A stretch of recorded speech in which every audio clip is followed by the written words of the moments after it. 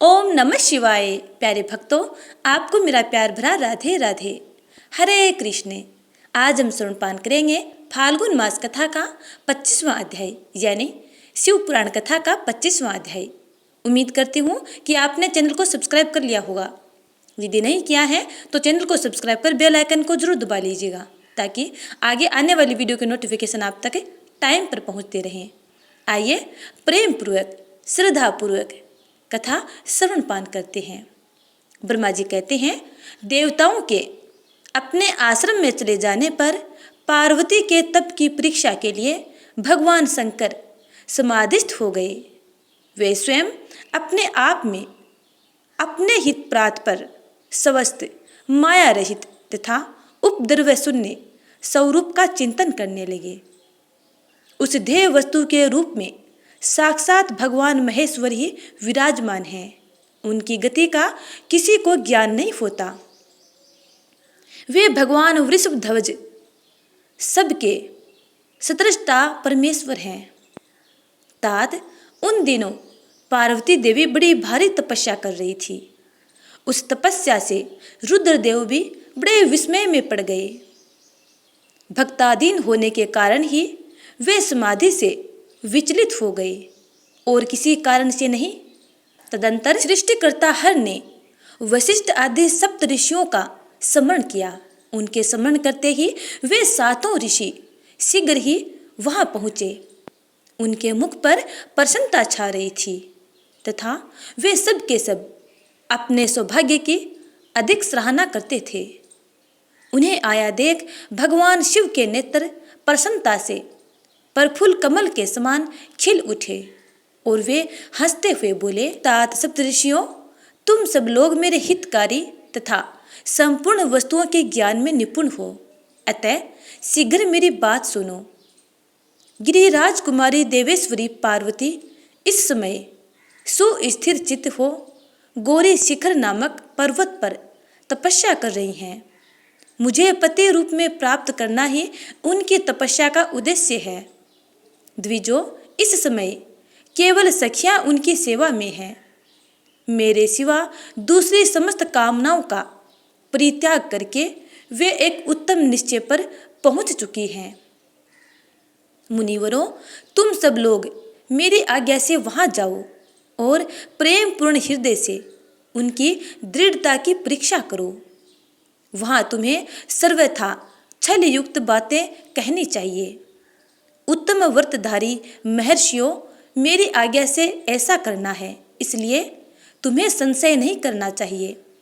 भगवान शंकर की यह आज्ञा पाकर वे सातों ऋषि तुरंत ही उस स्थान पर जा पहुँचे जहाँ दीप्तिमती जगत माता पार्वती विराजमान थी। सप्त ऋषियों ने वहाँ शिवा को तपस्या की मूर्तिमती दूसरी सिद्धि के समान देखा। उनका तेज महान था। वे अपने उत्तम तेज से प्रकाशित हो रही थी। उन उत्तम व्रतधारी सप्त ऋषियों ने उन्हें मन ही मन प्रणाम किया और उनके द्वारा विशेषतः पूजित हो वे मस्तक झुकाए इस प्रकार बोले। ऋषियों ने कहा, देवी गिरिजानंदिनी, हमारी यह बात सुनो। हम जानना चाहते हैं कि तुम किस लिए तपस्या करती हो तथा इसके द्वारा किस देवता को और किस फल को पाना चाहती हो। उन द्विजों के इस प्रकार पूछने पर गिरिराज कुमारी देवी शिवा ने उनके सामने अत्यंत गोपनीय होने पर भी सच्ची बात बताई। पार्वती बोली, मुनीश्वरों, आप लोग प्रसन्नतापूर्ण हृदय से मेरी बात सुने। मैंने अपनी बुद्धि से जिसका चिंतन किया है, अपना वह विचार मैं आपके सामने रखती हूँ। आप लोग मेरी असंभव बातें सुनकर मेरा उपहास करेंगे, इसलिए उन्हें कहने में संकोच ही होता है। तथापि कहती हूँ, क्या करूँ? मेरा यह मन अत्यंत दृढ़तापूर्वक एक उत्कृष्ट कर्म के अनुष्ठान में लगा है और ऐसा करने के लिए विवश हो गया है। यह पानी के ऊपर बहुत बड़ी और ऊंची दीवार खड़ी करना चाहता है। देवर्षि का उपदेश पाकर मैं भगवान रुद्र मेरे पति हूँ, इस मनोरथ को मन में लिए अत्यंत कठोर तप कर रही हूँ। मेरा मन रूपी पक्षी बिना पांख के ही हठपूर्वक आकाश में उड़ रहा है। मेरे स्वामी करुणा निधान भगवान शंकर ही उसके इस आशा की पूर्ति कर सकते हैं। पार्वती का ये वचन सुनकर वे मुनि हंस पड़े और गिरिजा का सम्मान करते हुए प्रसन्नतापूर्वक छल युक्त मिथ्या वचन बोले। ऋषियों ने कहा, गिरिजा नंदिनी, देवर्षि नारद व्यर्थ ही अपने को पंडित मानते हैं। उनके मन में क्रूरता भरी रहती है। आप समझदार होकर भी क्या उनके चरित्र को नहीं जानती? नारद छल कपट की बातें करते हैं और दूसरे के चित्त को मोह में डालकर मत डालते हैं। उनकी बातें सुनने से सर्वथा हानि ही होती है। ब्रह्मपुत्र दक्ष के पुत्रों को नारद ने जो छलपूर्ण उपदेश दिया, उसका फल यह हुआ कि वे सब के सब अपने पिता के घर लौटकर न आ सके। यही हाल उन्होंने दक्ष के दूसरे पुत्रों का भी किया। वे भी उनके चक्र में आकर भिखारी बन गए। विद्याधर चित्रकेतु को इन्होंने ऐसा उपदेश किया कि उसका घर ही उजड़ गया। प्रहलाद को अपना चेला बनाकर इन्होंने हिरण्यकशिपु से बड़े बड़े दुख दिलवाए। ये सदा दूसरों की बुद्धि में भेद पैदा करते हैं। नारद मुनि कानों को पसंद आने वाली अपनी विद्या जिस जिसको सुना देते हैं, वही अपना घर छोड़कर तत्काल भीख मांगने लगता है। उनका मन मलिन है, केवल शरीर ही सदा उज्जवल दिखाई देता है। हम उन्हें विशेष रूप से जानते हैं क्योंकि उनके साथ हम रहा करते हैं। उनका उपदेश पाकर बड़े बड़े विद्वानों द्वारा सम्मानित होने वाली तुम भी व्यर्थ ही भुलावे में आ गई और मूर्ख बनकर दुष्कर तपस्या करने लगी। बाले, तुम जिनके लिए यह भारी तपस्या करती हो, वे रुद्र सदा उदासीन, निर्विकार तथा काम के शत्रु हैं। इसमें संशय नहीं है। वे अमांगलिक वस्तुओं से युक्त शरीर धारण करते हैं, लज्जा को तिलांजलि दे चुके हैं। उनका न कहीं घर है न द्वार। वे किस कुल में उत्पन्न हुए हैं, इसका भी किसी को पता नहीं है। कुत्सित वेश धारण किए भूतों तथा प्रेत आदि के साथ रहा करते हैं और नंग धड़ंग हो शूल धारण किए घूमते हैं। धूर्त नारद ने अपनी माया से तुम्हारे सारे विज्ञान को नष्ट कर दिया। युक्ति से तुम्हें मोह लिया और तुमसे तप करवाया। देवेश्वरी गिरिजा नंदिनी, तुम्हें विचार करो कि ऐसे वर को पाकर तुम्हें क्या सुख मिलेगा। पहले रुद्र ने बुद्धि से खूब सोच विचार कर साध्वी सती से विवाह किया, परंतु वे ऐसे मूढ़ हैं कि कुछ ही दिन उनके साथ निभा न सके।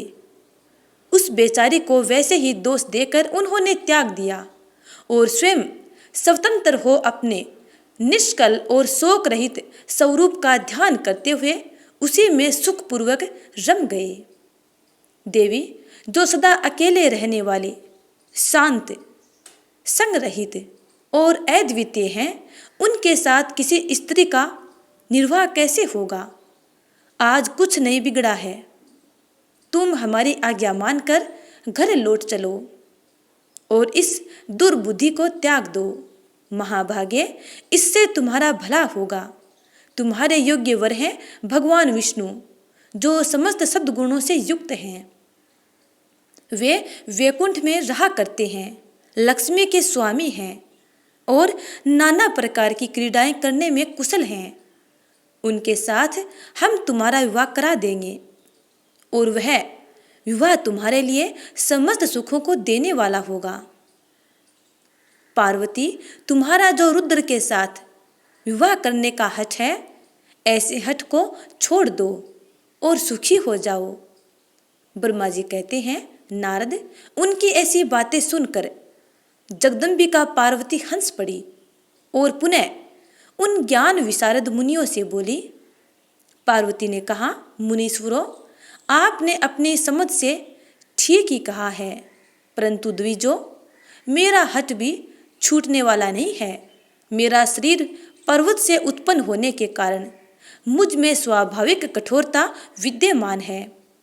अपनी बुद्धि से ऐसा विचार कर आप लोग मुझे तपस्या से रोकने का कष्ट न करें। देवर्षि का उपदेश वाक्य मेरे लिए परम हितकारक है, इसलिए मैं उसे कभी नहीं छोड़ूंगी। वेद वेता भी यह मानते हैं कि गुरुजनों का वचन हितकारक होता है, गुरुओं का वचन सत्य होता है। ऐसा जिनका दृढ़ विचार है उन्हें इहलोक और परलोक में परम सुख की प्राप्ति होती है और दुख कभी नहीं होता। गुरुओं का वचन सत्य होता है। यह विचार जिनके हृदय में नहीं है उन्हें इहलोक और परलोक में भी दुख की प्राप्ति होती है, सुख कभी नहीं मिलता। अतः द्विजो, गुरुओं के वचन कभी किसी तरह भी त्याग नहीं करना चाहिए। मेरा घर बसे या उजड़ जाए, मुझे तो यह हृदय सदा सुख देने वाला है।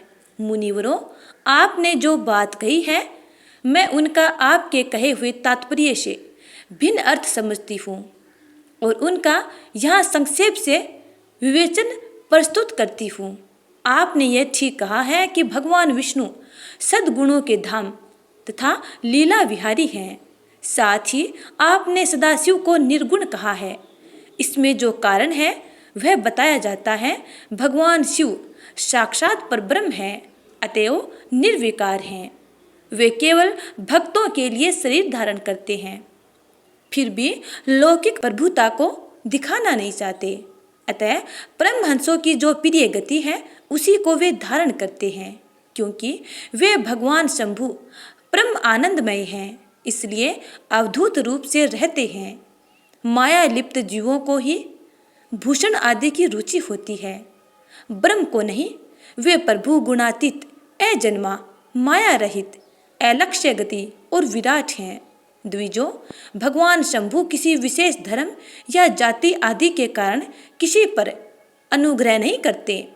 मैं गुरु की कृपा से ही शिव को यथार्थ रूप से जानती हूँ। ब्रह्मर्षियों, यदि शिव मेरे साथ विवाह नहीं करेंगे तो मैं सदा कुमारी ही रह जाऊंगी, परंतु दूसरे के साथ विवाह नहीं करूंगी।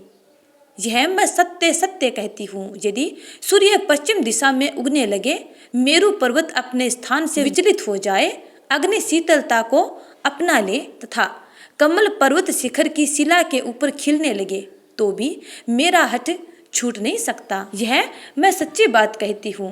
ब्रह्मा जी कहते हैं, नारद, ऐसा कह उन मुनियों को प्रणाम करके गिरिराज कुमारी पार्वती निर्विकार चित्त से शिव का स्मरण करती हुई चुप हो गई।